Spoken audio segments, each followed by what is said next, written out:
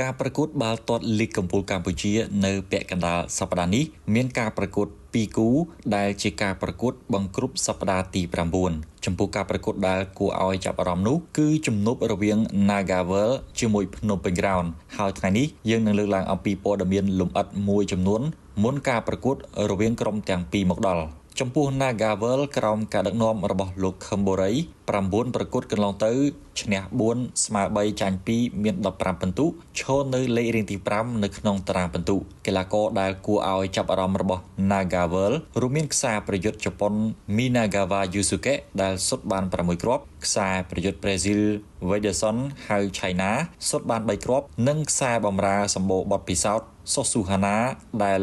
ជាកម្លាំងសំខាន់នៅតំបន់បម្រើដល់ឡែកភ្នំពេញ Ground ក្រោមការដឹកនាំរបស់គ្រូបង្វឹកជនជាតិអ៊ុយក្រែនគឺលោក Oleg Stadinsky 8ប្រកួតកន្លងទៅឈ្នះ5ស្មើ3មាន18ពិន្ទុឈរនៅលេខទី3នៅក្នុងតារាងពិន្ទុកីឡាករដែលគួរឲ្យចាប់អារម្មណ៍របស់ភ្នំពេញ Ground រួមមានខ្សែប្រយុទ្ធ New Zealand Moses Dyer ដែលសុទ្ធបាន4គ្រាប់ខ្សែប្រយុទ្ធអ៊ុយក្រែន Maxim Prayudin សុទ្ធបាន5គ្រាប់និងខ្សែប្រយុទ្ធស្លាប់ Sati ក៏សុទ្ធបាន3គ្រាប់ផងដែរយើងរំលឹកពីប្រវត្តិជួបគ្នា3លើកចុងក្រោយរវាងក្រុមទាំងពីរជំនួបកាលពីថ្ងៃទី9មីនាឆ្នាំ2025ភ្នំពេញ Ground បានយកឈ្នះ Nagavel